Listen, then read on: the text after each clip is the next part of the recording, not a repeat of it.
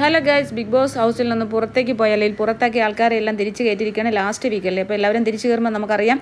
അപ്പോൾ ഞാൻ പറയാൻ വരുന്ന വേറെ ഒന്നുമില്ല, മുനിഷി രഞ്ജിത്ത് എന്ന് പറയുന്ന ആദ്യ വീക്കിൽ അടിച്ച് പുറത്താക്കിയ അയാളുണ്ടല്ലോ. അയാൾ വന്ന് അനീഷേട്ടനെ എല്ലാവരെയും കൂടെ ഹഗ് ചെയ്ത സമയത്ത് ചോദിക്കുക, ഇത് സ്ട്രാറ്റജിയാണോ അനീഷ് നിൻ്റെ എന്ന് ചോദിക്കുന്നു. അപ്പോൾ അനീഷേട്ടൻ പറയുന്നു, അല്ല ചേട്ടാ, പിന്നെ ഇത് ഞാൻ റിയൽ ആയിട്ടാണ്. അപ്പോൾ നീ അനിമോളോട് കാണിച്ചത് അനിമോളെ കബളിപ്പിക്കുകയായിരുന്നു. അനിമോളെ ആരെന്ത് കബളിപ്പിച്ച്? അനിമോളല്ല ഇങ്ങോട്ട് ഫേക്ക് ഡ്രാമ കളിപ്പിച്ചിട്ട് ആ പയ്യനെ സ്നേഹമുണ്ടെന്ന് അടുപ്പിച്ചിട്ട് ആ പയ്യൻ ജെനുവിനായിട്ട് വിവാഹം കഴിക്കാമെന്ന് ചോദിച്ചത് വലിയ തെറ്റായിപ്പോയോ?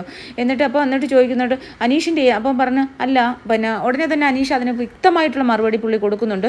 അനീഷ് പറഞ്ഞു അതവിടെ എനിക്കൊരു മനസ്സിലൊരു ഇഷ്ടം തോന്നി, ആ ഒരു ഇഷ്ടം അത് തുറന്നു പറഞ്ഞു. അപ്പോൾ അതിന് ഇഷ്ടമല്ല, അത് ആ ചാപ്റ്റർ അവിടെ ക്ലോസ് ചെയ്തു. പിന്നെ വേറൊരാൾ അതിനെക്കുറിച്ച് പറയേണ്ട കാര്യം പൊന്തിക്കേണ്ട ആവശ്യകതയില്ലെന്ന്. അപ്പോൾ ഉടനെ പറയുന്നു ഞാനത് പൊന്തിക്കും. ഇയാൾ എന്ത് വിചാരിക്കുന്നത്? ഇയാൾ അങ്ങോട്ട് ഗെയിം ചേഞ്ച് ചെയ്ത് അനീഷിൻ്റെ ഗെയിം ഇപ്പോൾ മാറ്റിക്കളയാനായിട്ട് വന്നതാണ്. ഫസ്റ്റ് വീക്കിൽ അടിച്ച് ജനങ്ങൾ പുറത്താക്കിയിട്ട് മനസ്സിലാവുന്നില്ലല്ലോ എൻ്റെ ദൈവമേ.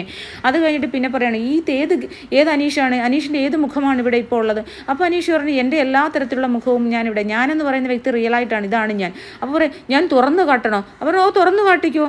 അപ്പം പല കാര്യങ്ങളും എനിക്ക് എനിക്ക് ഓപ്പണായിട്ട് പറയേണ്ടി വരും. അപ്പോൾ പറഞ്ഞോ, ഞാൻ തയ്യാറാണല്ലോ കേൾക്കാൻ, എന്താണ് ചേട്ടൻ അറിയേണ്ടതെന്ന് ചോദിക്കുന്നു.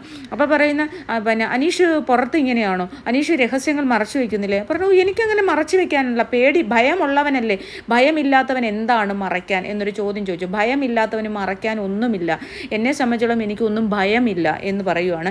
വളരെ അവനെ അടിച്ച് അണ്ണാക്കി കൊടുത്തു എന്ന് തന്നെ പറയാം. കാരണം ഈ വന്നവനും നിന്നവനും പോയവനും എല്ലാം ഒരുത്തൻ്റെ നെഞ്ചത്തോട്ടാണല്ലോ ദൈവമേ കയറുന്നത്. ഇവനൊക്കെ അടിച്ച് ജനങ്ങൾ പുറത്താക്കിയിട്ട് ഇത് മനസ്സിലാവുന്നില്ലല്ലോ എന്ന് ആലോചിക്കുമ്പോഴാണ്. 40 വയസ്സ് അവിടെ ജീവിച്ചിട്ട് ഇവിടെ 40 വർഷം അവിടെ ജീവിച്ച സ്ഥലമല്ലേ നല്ലതെന്ന്. അത് ഓരോ മനുഷ്യൻ്റെ ഓരോ മനോഭാവങ്ങളാണ്. അയാൾക്ക് ഇവിടെ ഇഷ്ടപ്പെട്ട് നമ്മളൊരു ഫ്രണ്ട്ഷിപ്പ് സർക്കിളിൽ പോയാൽ നമുക്ക് കൂടുതൽ നേരം അവിടെ ഇരിക്കാൻ തോന്നത്തില്ലേ? നമുക്ക് നമ്മുടെ വീട്ടിൽ പോകുന്നതിനെക്കാട്ട് കൂടുതൽ ഇഷ്ടം നമ്മുടെ കൂട്ടുകാരോടെ നിൽക്കാനായിരിക്കും. അപ്പം നിനക്ക് 40 വയസ്സുണ്ടെന്നൊക്കെ നിനച്ച് ഇയാളാണോ അയാളെ പ്രസവിച്ചത്? അവൻ്റെ അച്ഛനാണോ ഇത്? അനീഷിൻ്റെ തന്തയാണ് ഈ മുനിഷി രഞ്ജിത്ത്. അല്ല, ഞാൻ അറിയാൻ ചോദിക്കുവാണ്. അല്ല, കറക്റ്റായിട്ട് ഡേറ്റ് ഓഫ് ബർത്ത് 40 എന്നൊക്കെ പറയുന്നു. കറക്റ്റ് 40 വയസ്സുണ്ട്. അപ്പോൾ ഇയാൾക്കാരെ 60 വയസ്സിൻ്റെ ഈഗോയാണ് ഈ കാണിക്കുന്നത് എന്നേ എനിക്ക് തോന്നിയിട്ടുള്ളൂ. എന്ത് തന്നെയായാലും ഇവൻ്റെയൊക്കെ ഈ കുറേ ഉണ്ണാക്കന്മാരെ അടിച്ചു പുറത്താക്കിയിട്ടും കുറേ ഉണ്ണാക്കന്മാർ അതിനൊക്കെ അപ്പാനി ശരത്ത് അനിമോളോട് വന്ന് ചോദിക്കുന്നിട്ട് അവസാന നിമിഷം ഈ അനീഷിന് ഇത് പറയേണ്ട വല്ല കാര്യം ഉണ്ടായിരുന്നു എന്നൊക്കെയുള്ള രീതിയിൽ സംസാരിക്കുന്നുണ്ട്.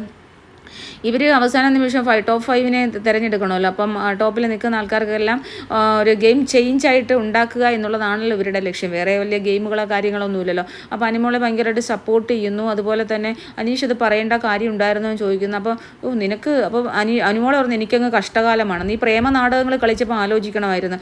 ഒരു പാവപ്പെട്ട പയ്യനെ കയ്യും കാലും കാണിച്ച് ഭർത്താവിനെ എന്താ വിളിക്കുന്നത്, ഇച്ചായ എന്ന് വിളിക്കട്ടെ, പകുതി പാല് കൊണ്ടു കൊടുക്കുന്നു, തല മസാജ് ചെയ്ത് കൊണ്ട് കൊടുക്കുന്നു, ലവ് ചിഹ്നം കൊടുക്കുന്നു, ഫ്ലൈയിങ് കേസ് കൊടുക്കുന്നു, അയാൾ മാറി നടന്നപ്പോൾ അയാളെ മാടി വിളിക്കുന്നു. അപ്പോൾ ഇതൊന്നും പോരാ. ഇതൊക്കെ ഇത്രയും ഡ്രാമ ചെയ്ത് പ്രേമ നാടകം കളിച്ചതിന് ശേഷം അയാൾ വിവാഹം ചെയ്യാവുന്നല്ല, വിവാഹം കഴിക്കാൻ താല്പര്യമുണ്ടെന്ന് പറഞ്ഞാണ് വലിയ തെറ്റായിപ്പോയത്. എന്നിട്ട് അയാൾ രാവിലെ സോറിയും പറഞ്ഞു. നൂറ പറഞ്ഞൊരു കറക്റ്റ് കാര്യമുണ്ട്. ഇത്രയും ജെനുവിൻ ആയിട്ടുള്ള ഇത്രയും റിയൽ ആയിട്ടുള്ളൊരു മനുഷ്യനാണ് അയാളെ അതേപോലെ ഒരാളിനെ കിട്ടാൻ ഇനി ഒരിക്കലും കിട്ടാൻ പ്രയാസമാണ്. അയാൾക്കല്ലെങ്കിൽ അനിമോളെന്ന് പറയുന്ന ഒരു വ്യക്തിന് ആവശ്യവും ഉണ്ടെന്ന് എനിക്ക് തോന്നുന്നില്ല. ഇനി അവർ പുറത്ത് വന്നിട്ട് അവരെന്താണെന്ന് വെച്ചാൽ തീരുമാനിട്ട് അത് അവരുടെ ഇഷ്ടമാണ്. പക്ഷേ ഈ അനിമോൾ ഈ കണ്ടന്റിന് വേണ്ടി രാവിലെ ഇന്നലെ മുഴുവൻ നടന്നു. ഇന്നും ഇപ്പോൾ എന്തായാലും ഇവർ കയറി വന്നതുകൊണ്ട് മാത്രം ആ കണ്ടന്റ് അവിടെ പൊളിഞ്ഞു. അപ്പം വീണ്ടും വന്ന് കയറിയ ആൾക്കാരും അത് തന്നെ കണ്ടന്റ് ഉണ്ടാക്കാൻ ശ്രമിക്കുകയാണെന്നുള്ളതാണ് എനിക്ക് സംശയം. കാരണം ഇവരുടെയൊക്കെ ടോപ്പിൽ നിൽക്കുന്ന ആൾക്കാരുടെ മൈൻഡ് തകർക്കുക എന്നുള്ളതാണല്ലോ ഇവരുടെ ലക്ഷ്യം. എന്തായാലും എല്ലാ ഉണ്ണാക്കന്മാരും എന്തൊക്കെ ചെയ്യുന്നു നമുക്ക് നോക്കാം ഗൈസ്.